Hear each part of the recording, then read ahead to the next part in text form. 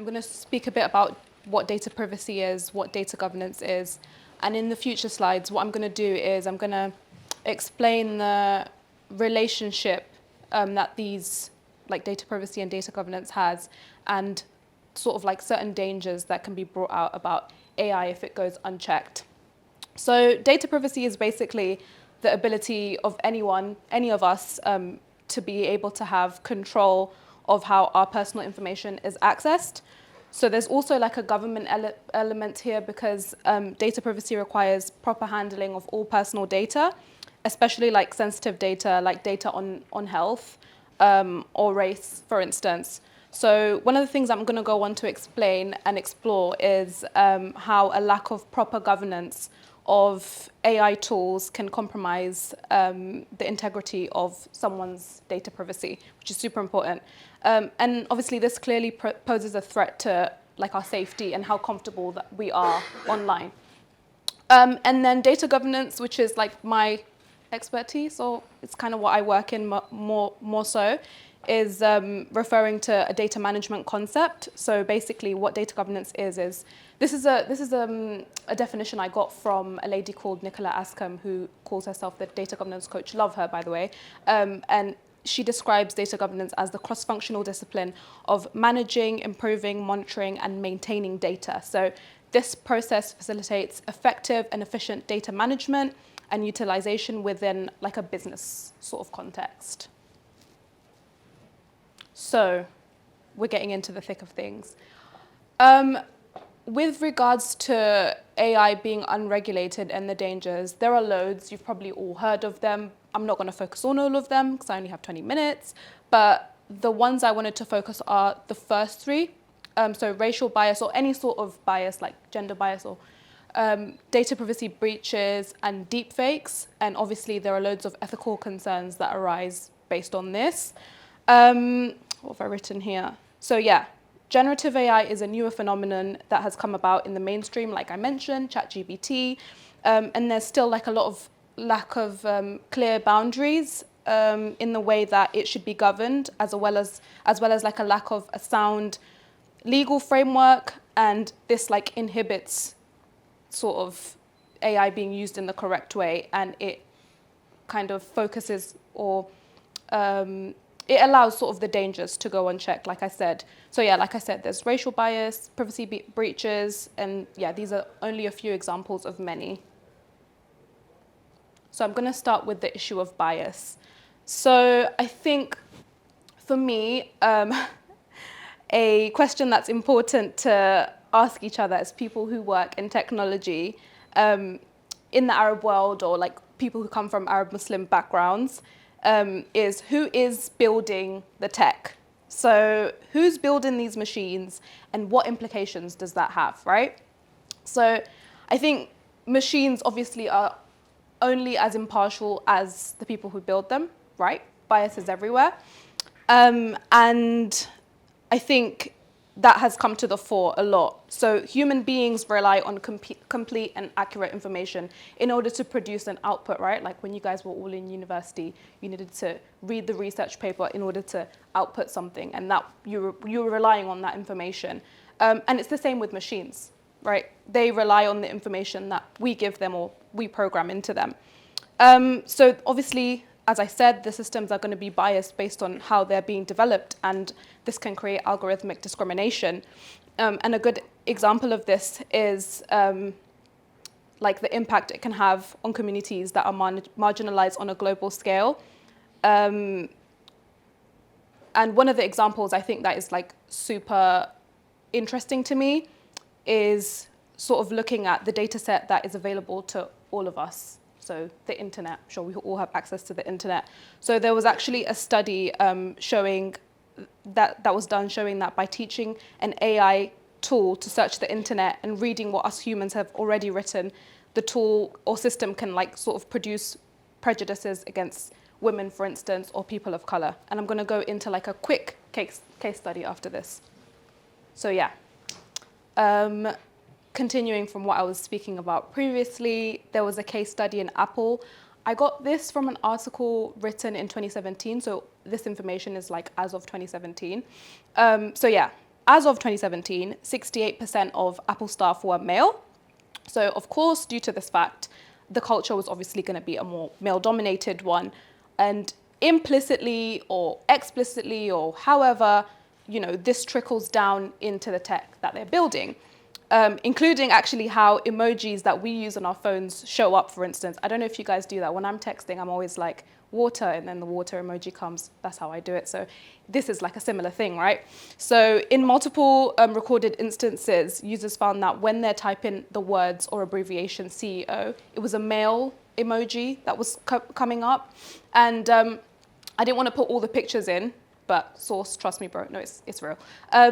Even when they typed, for instance, like, I need a female doctor, the emoji that would show up is of a male doctor. So I think overall this shows that building the tech, the people who are building the tech can create biases and like biased output. So this aspect of AI and machine learning requires more like robust auditing and review processes, as well as people who work in the tech space that create environments in the workplace that are inclusive of everybody. The second thing I mentioned, and the second point, is about data privacy breaches and artificial intelligence. So yeah, this is the second danger. And yeah, I work really closely with data privacy, and the way in which personal data is collected, stored, disposed of is via a super thorough process. And especially like sensitive data, like health data, needs to be dealt with like with the utmost respect for the individual, and you have to like respect their consumer consent as much as possible, right? So if at any time the user wants to like withdraw their consent or they want to change something, the data needs to reflect that. So it needs to be disposed of based on the written privacy and governance standards in whichever company it is. And then we've got like invasive profiling, which I think is the absolute antithesis of what I just described with regards to respecting consumer data privacy. So invasive profiling is essentially in that AI algorithms can basically analyze like vast amounts of personal data, so they can create detailed profiles of you as an individual. Obviously, that sounds quite invasive. So this can include like your preferences, your behaviors, and even potential future actions. I don't know if you guys have seen that like documentary on Netflix of Facebook and all that, and how they can like gauge what you're going to do in the future based on your actions on your phone or whatever it is. Super freaky. So I think for me the main issue here is this level of profiling can lead to the erosion of one's personal autonomy, right? And interestingly, there's been studies on like how social media platforms and how that data can hold considerable potential for predicting, for instance, like health-related conditions, like mental health-related conditions. So in this way, like machine learning models can be able to accurately predict like depression or all those other conditions based on your Instagram photos or your tweets. And overall, I believe that every individual should hold the right to not be subjected to AI profiling without their consent. And then we've got security vulnerabilities. So security vulnerabilities in AI systems can expose sort of like personal information. And this leads to significant data breaches and privacy violations as well. So for instance, like when you're not encrypting the data in an adequate way. So for instance, if it's like a healthcare company, in the healthcare sector, if there are like AI-driven systems that are handling patient data, if they don't have the necessary protocols that are robust, any vulnerability in that platform, in the AI platform, could like expose patient records, including diagnoses and treatments, and that's information that should always be confidential. Finally, I think an issue at the moment is, and I think something I'm going to continue to like go back to, is the fact that this whole thing, no matter how like far back AI goes in terms of history, this level is unprecedented, right?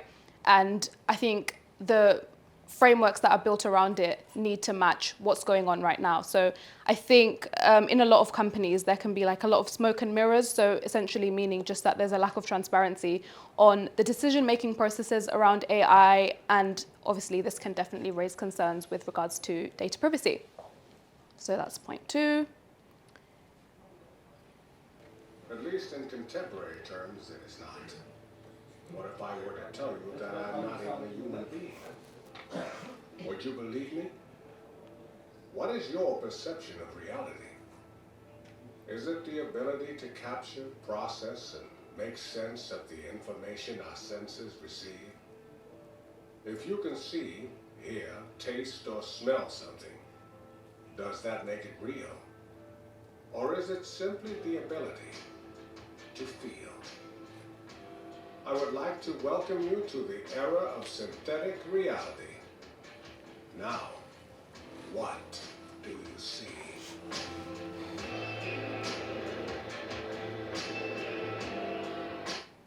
Yeah, this is just a video I nicked off YouTube, to be honest with you, and I found it really creepy. I'm like super against deepfakes personally as a human, but that's neither here nor there.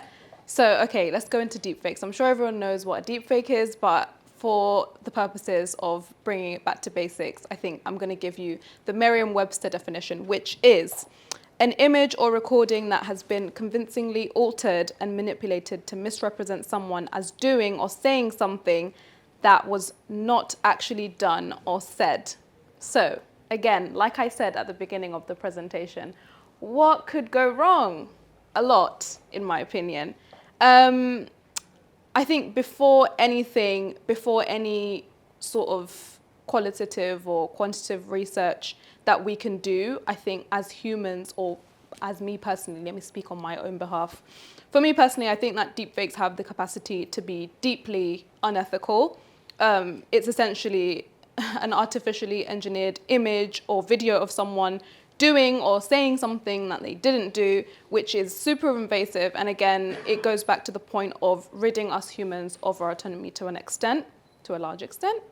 I think there's a potential of deepfakes of political leaders to be spread, and to the untrained eye, does anyone know about WhatsApp aunties? I'm sure a lot of our moms are WhatsApp aunties. You see a video and you believe it. So this can incite mistrust, which in turn can lead to unnecessary social unrest.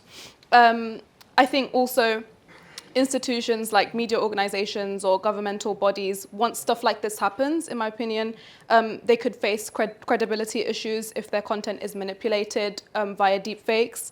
And I think a huge one as well, this stuff is relatively new in the tech space. And for that reason, there's a lot of legal regulatory challenges. Depending on the region that you're in, there can be sort of limited technological infrastructure to deal with like deploying advanced AI or forensic tools that can like detect what, like whether a deepfake is real or not real, or authenticate it essentially. Also, in a lot of the world right now, I think there's a lack of specific legislation. So a lot of legal systems lack explicit laws in addressing deepfakes. So this makes it challenging to sort of regulate their creation. And overall, I think one thing I want people to take home is that for us in the tech space, like new challenges require new solutions. And this for me is a new challenge that requires a new solution. Okay, so I've explained the basics and I've explained sort of a few challenges that can be brought about by unregulated AI. And in this second half of the presentation, I'm sort of going to speak about how, for me as a data governance practitioner and someone who works really closely with data privacy in my company, how these two disciplines, so governance and privacy, can be posed as potential solutions to the problems that we're facing, as well as, loads of, it requires cross-collaboration. Like, it's not just privacy and governance, but this is just one aspect of it that I'm going to be speaking about. So there is a lot of discourse, but I think that there needs to be more. There is a need for discourse and regulation with regards to what I'm speaking about. So yeah, the first thing is that there is a lack of awareness. So there needs to be more public awareness, like outside of people who know about tech, about the implications of AI on data privacy and just on day-to-day life. With regards to policy and regulation, they're super important. We need to make sure that there are regulatory frameworks and that there are policies that address these concerns that I'm describing. And then stakeholders is the thing I touched on very briefly just now. There are people that, or there are sort of institutions that are more responsible than others, and it's cross-functional. So governments, tech companies, researchers, people who work in ethics, individuals need to all come together, have these discussions and shape regulations, and have, you know, the discussions fostered in the right sort of environments. So yeah, like I said before, the potential solution, one of the potential solutions are governance by design. So I discussed, or I explained to you my definition of data governance, and then I'm going to speak to you about data governance by design, which is something really important to me and that I work on a lot. So I'm just going to read out the thing that I've written. So data governance by design refers to a proactive approach where governance policies, protocols, and ethical considerations are integrated into the very fabric of AI development and deployment. So this ensures that privacy, security, transparency, and ethical use are central to the entire life cycle of AI systems. And I'm probably going to speak about this a bit more, but I think that it's super key, especially right now, to ensure that with regards to privacy and governance, and I'm going to repeat myself again after this, but just to set the framework, it's super important to make sure that these are not afterthoughts. These are things that we are considering from the very beginning. I mean, cool, you can do it as an afterthought, my company did, but it's more difficult to implement it when you're in the middle of something rather than when you do it from the very beginning. So I'm going to talk about the principles of effective data governance and like how this can help circumvent the issues that I was talking about. So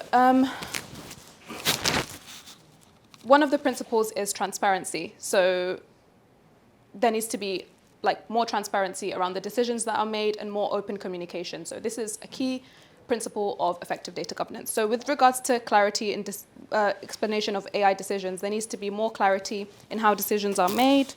Sorry, my mic. Yeah, transparency requires AI systems to basically provide explanations that are clear for decisions that are made, especially in critical areas, like I said, when dealing with sensitive data like health data. And then with regards to open communication, like I said before, engaging the right stakeholders, so having open communication, engaging with different people like users, policymakers, communities that would more likely be affected by these issues that I'm talking about, and discuss like the AI system functionality, the limitations of this and the different implications as well. The second one, accountability.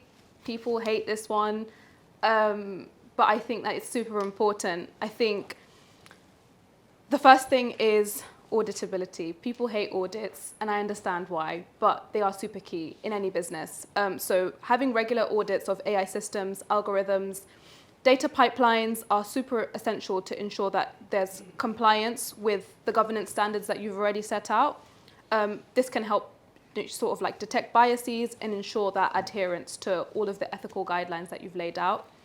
And then, yeah, the one that people really hate is responsibilities. Oh God, I get really attacked for this, but roles and accountability I think is super important. So clearly defining who's responsible for what, defining roles and responsibilities within an organization makes sure that all individuals are accountable for like different aspects of AI development, deployment, monitoring. It just helps that red tape. Like I'm sure like, you know, we're all professionals. We've been in a situation where you're like, oh, who needs to do this? And you don't know who to go to. And it's a merry-go-round. And this circumvents that. This is the last one, I think. Last principle, user consent. So this is super related to privacy as well. So on the topic of user consent and informed consent practices, I think it's super important to have information that is clear. So with regards to AI, whatever sort of system it is, you need to make sure you're informing whoever's going to be using it in like plain language about how data is going to be used within AI systems, including like the scope, potential implications. Opt-in and opt-out mechanisms are also really good. So giving users like the clear option to opt-in or opt-out, basically, of data collection or any AI-driven service, and this gives the user like empowerment. They're empowered to like control the extent of their participation. And then on user control, I think in my company anyway, like media company, we talk about this a lot, having like granular sort of control settings over different data preferences. So obviously this is the same thing as previously, the whole empowerment thing, allowing people to manage and customize their privacy settings according to what they're comfortable with. And then access and deletion rights. So I deal a lot with this as well. So providing users with easy access to their data and the right to request deletion or modification obviously gives the user greater control and ownership over the information that they are sharing. So this is the last principle. Okay, we're moving on to more solutions. So governance by design and how that can be a solution with regards to racial bias. From the beginning, I think it's super important to have data that's, and by the way, this is sort of like within the context of a company. I mean, I can only speak about what I know, so this is in the context of like, a company. I don't know about government and all that. But yeah, inclusive data curation is the first thing, which is super important. So when you're curating data sets, when you're defining them, it needs to be representative of diverse demographics, and this is especially when talking about human data, like human people's data. So yeah, making sure those perspectives are all included, and this obviously helps mitigate any biases that are present in the data, reducing the risk of perpetuating any sort of bias, not just racial, but any sort of bias within AI. Continuous monitoring is super huge in data governance, so having like real-time bias assessments, establishing mechanisms for continuous monitoring and assessment of AI systems. This obviously can help to identify biases as they emerge, allowing for interventions to rectify potential racial biases. Sorry for the mic thing, guys. And then finally, having good ethical guidelines. So I haven't seen a lot of this, but it's something I've been thinking about with regards to having like ethics review boards. So forming, like I said, multidisciplinary ethics review boards that focus on bias, any sort of bias, and inclusivity in AI development. And this can help to evaluate and guide the ethical considerations of the AI systems that we interact with. Okay, so another solution with regards to privacy breaches. So I think this is similar to governance by design in that it's like privacy by design, so having privacy-centric design, so embedding privacy considerations into the core of AI systems, which ensures that privacy protections are built in by default from the beginning rather than as an afterthought. So the same thing, user consent and transparency, making sure information is clear, making sure everyone's consented and like you're not forcing them. And then another thing is having good data handling protocols, so secure storage and access control, so implementing these and making sure that they're strict. You can put like role-based access control. Also retention policies, which is something I work on a lot. So establishing clear guidelines on how data is retained, how it's disposed. So this ensures that you only have the data for as long as you need it. Is this the last one? Yeah, this is the last one. And then the final one with regards to deepfakes is sort of having verification mechanisms. So I don't know like who's on Twitter or X or whatever they call it now. But at the moment, there's like a community note thing. And I don't know if that's a verification mechanism, but I find it really interesting, the fact that like you can, like people who have more information or more context about something can go in and be like, yeah, this is actually a video from 2015 and it's not a new video, and, you know, kind of rebutting sort of misinformation. So Content authentication tools. I don't know if that's a content authentication tool, but I do think that those are important. So integrating the right technological solutions, such as like digital signatures, watermarking, so that we can make sure that we're verifying the authenticity of media content. And that obviously can help identify potential deepfakes. And AI-driven detection, so using AI to, deal with AI. So employing those algorithms specifically designed to detect any anomalies or inconsistencies in media content, so you're flagging potentially manipulated or deepfake material for further review. And I'm going to go into this further as well, but just like making sure the public, people who aren't so tapped into the world of AI, are aware of what's going on as well. So having like educational initiatives and like having guidelines for authenticating content as well. I don't know how I am for time. So yeah, this is similar to what I was discussing previously, but I think fostering a good social awareness around AI, public perception, and making sure that we're balancing innovation with regulation involves, I think, having educational initiatives, community engagement, and like a balance between, tech advancements and different regulatory frameworks. So with regards to education and engagement, I think having public outreach programs, organizing workshops, seminars, online campaigns to educate the public about AI. With regards to public perception, like I said again about transparency, there needs to be transparency in communication about different AI systems, their benefits, the potential risks, so that we can manage the expectations of the public. And then, like I said previously, balancing innovation with regulation. So I think it's good to develop adaptive sort of regulations that have a balance between fostering innovation and safeguarding against potential AI-related risks. So making sure that regulations are evolving alongside technological advancement, which I think is a huge sort of gap right now in the tech space. I'm not going to go through all this. So yeah, we're coming to the end of the presentation, and these are just a few key points to remember. So we went through the unregulated AI situation, how AI tech can be misused and the different dangers. Obviously, there are a lot that I discussed. There's the issue of bias, privacy breaches, and deepfakes, which is what we focused on more today. I think data privacy and data governance by design being implemented from the very beginning can circumvent these issues, and also the importance of fostering dialogue, public awareness about the capacity of AI systems and the different implications that they can bring about. So, final slide to conclude. I hope this presentation made sense to everyone, and I hope that someone learned something. I think for me, it's super important being in this space, like, in the Arab world, in a tech company. It's super important for me to encourage further discourse about this, encourage collaboration on these discussions and active participation.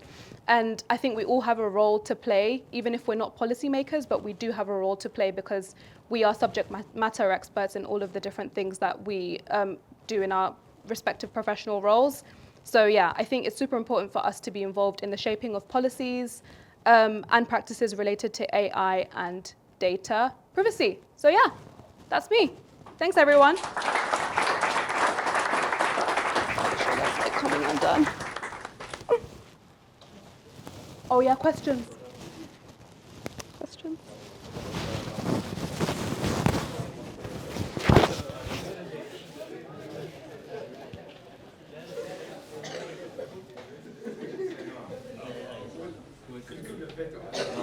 تلف الكاميرا على الشباب.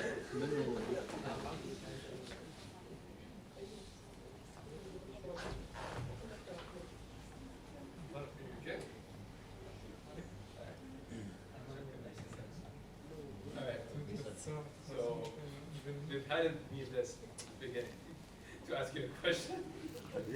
It's just a habit. I do that. Anyway, long story short. Okay. The first time I heard a talk about ethical AI was when I was studying AI abroad. From 2018 until now, I don't know what kind of regulations were actually passed that prevented the release of dangerous AI tools. What I have seen, though, are actually dangerous tools being released. Yeah. So can you reference any actual regulation that stopped dangerous AI tools? This is exactly the issue. Like, I'm with you. That No, I just want to know if there's anything that has been done. For me personally, I think that there are proposals, like in Europe, there are proposals with regards to inhibiting AI, but it's nothing that, for me personally, I've seen that has been passed. It's still in the proposal stage. I think it's still young and it needs to be prioritized a lot more, but I don't think that there's enough clear regulation, which is a lot of what I was discussing. I think there needs to be more clear regulation on like inhibiting dangerous AI. I was going to say something, but let me not. So when you say it's not prioritized enough, why not?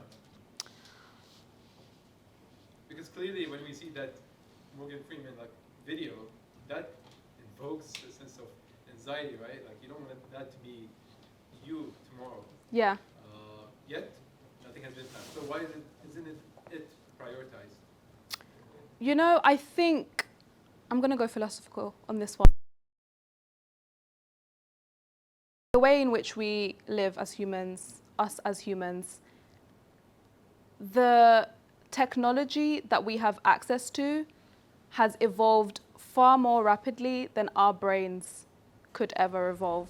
Does that make sense? So the tech is moving faster than us. So I think the lack of prioritization, in my opinion, I'm sure, like, I'm no expert. This is just, a lot of this is my opinion as well. I think the lack of prioritization comes from the lack of ability. You would be surprised at how slow these systems, some of these systems in Europe are, how far behind they are with their tech. Like, someone hack into the system and pay back my student loans already. Like, that is a real thing. So I think it comes from a lack of being able to, seriously, like there is a lack of technological infrastructure. I think that's hopefully partly answers your question. I think also public opinion, right? So actually, let me add to that. As Yeah, an example. Go ahead. I was talking to someone about the installation of TikTok on their phone. And I said, aren't you worried about it accessing all your data? You know what he said? He said, let it. خلاص, like. Let it. I want to use that application. I have nothing to hide. Let it access my data. Like, Yeah. wow. That's the first time I heard that response. What are they going to see? My cat pictures. Yeah, exactly. So if we take this as an example, Yeah. you say it evolved faster than what we can comprehend or keep up with. Yeah. I think also regulations may not move as fast because public opinion is not there. When I can use ChatGPT, right? When I can generate images, that's a great use. I have to disagree. I disagree with you. Or maybe I've misunderstood you because I don't think that, man, like, who wants their data out there? Like, a lot of people are super huge in privacy, like, maybe even especially in this country.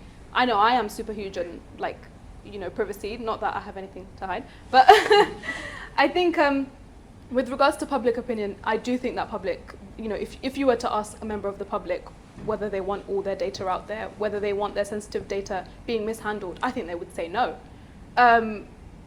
Without getting too... Data. Pardon? Depends what data. Any data. Any I think we data. are as fussy as European people. Ooh. There's no outcry.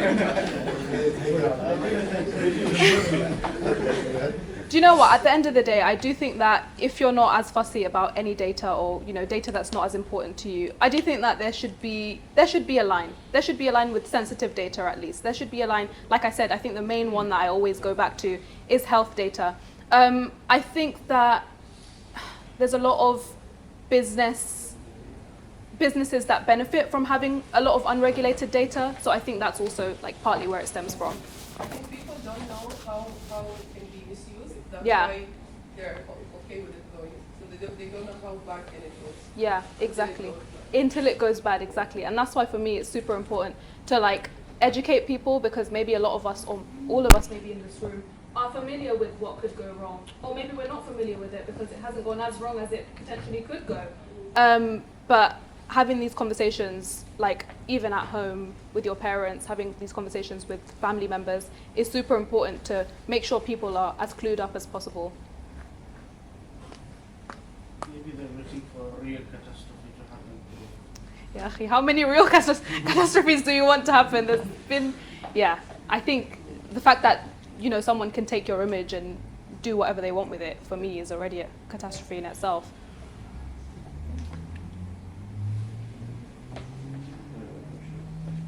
Thank you. I have a short question. I don't think.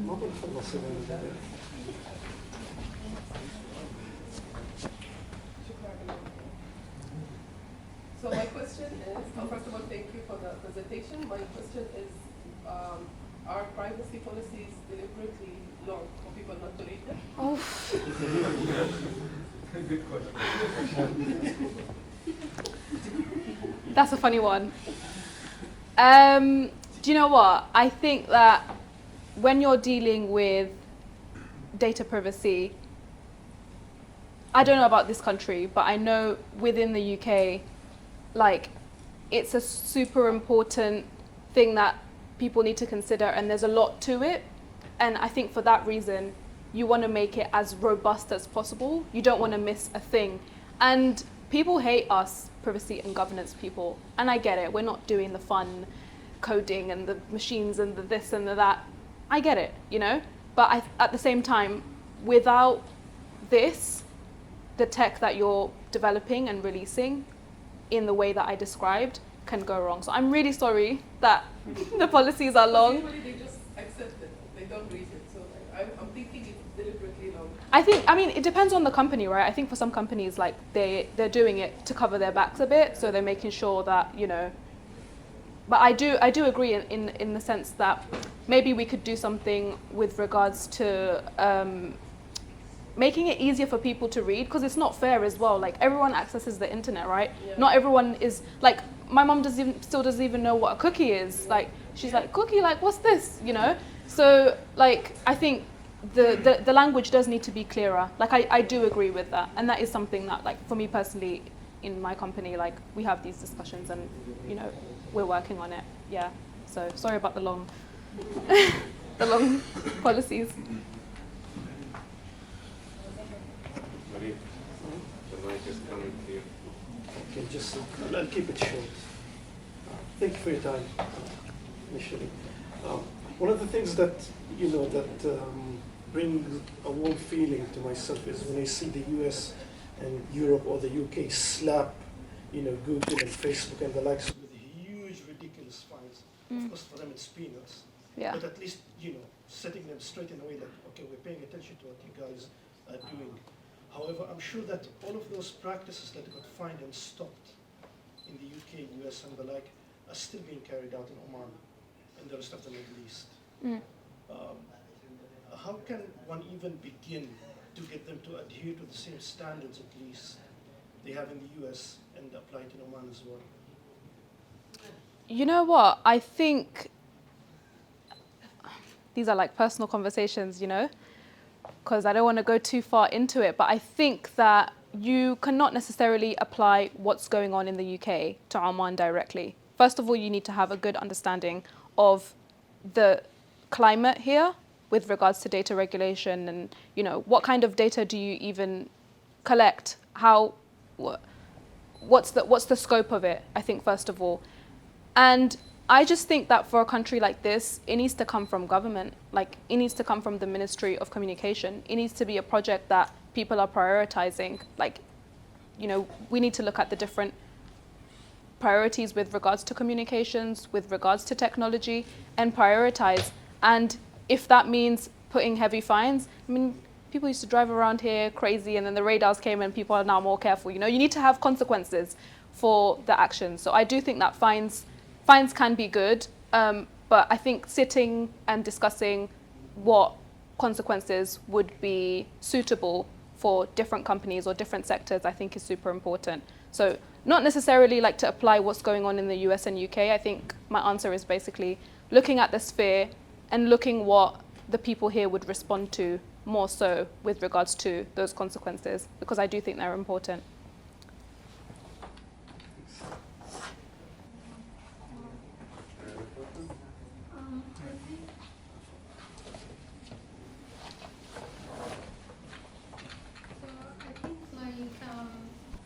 Setting regulations, rules, and policies for companies. And even if we said like we need global organizations to enforce these companies, is not enough,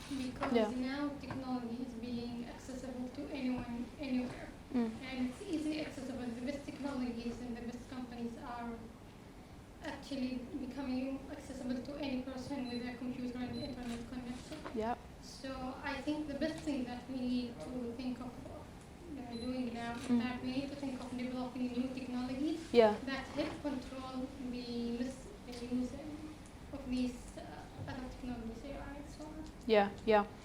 I agree with you. I agree that that's a huge part of the solution. But I think that those things, with regards to developing technologies, I think it's a tricky one because that could also go wrong. But it could also go really right, I think, if the right regulations and the right tools and protocols and the right conversations are being had and the right limits are put on those technologies as well. So I do agree with you on that. I think that's a great point.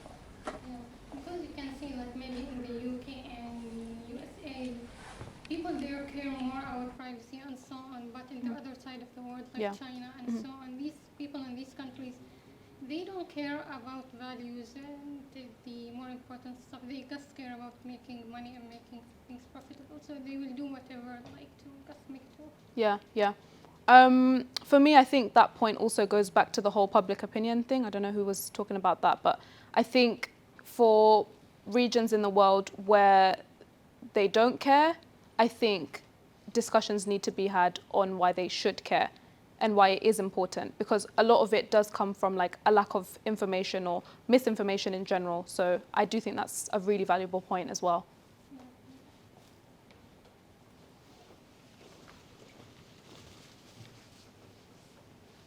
Anyone? Any more questions? No. Thank you so much. You're welcome. Appreciate it.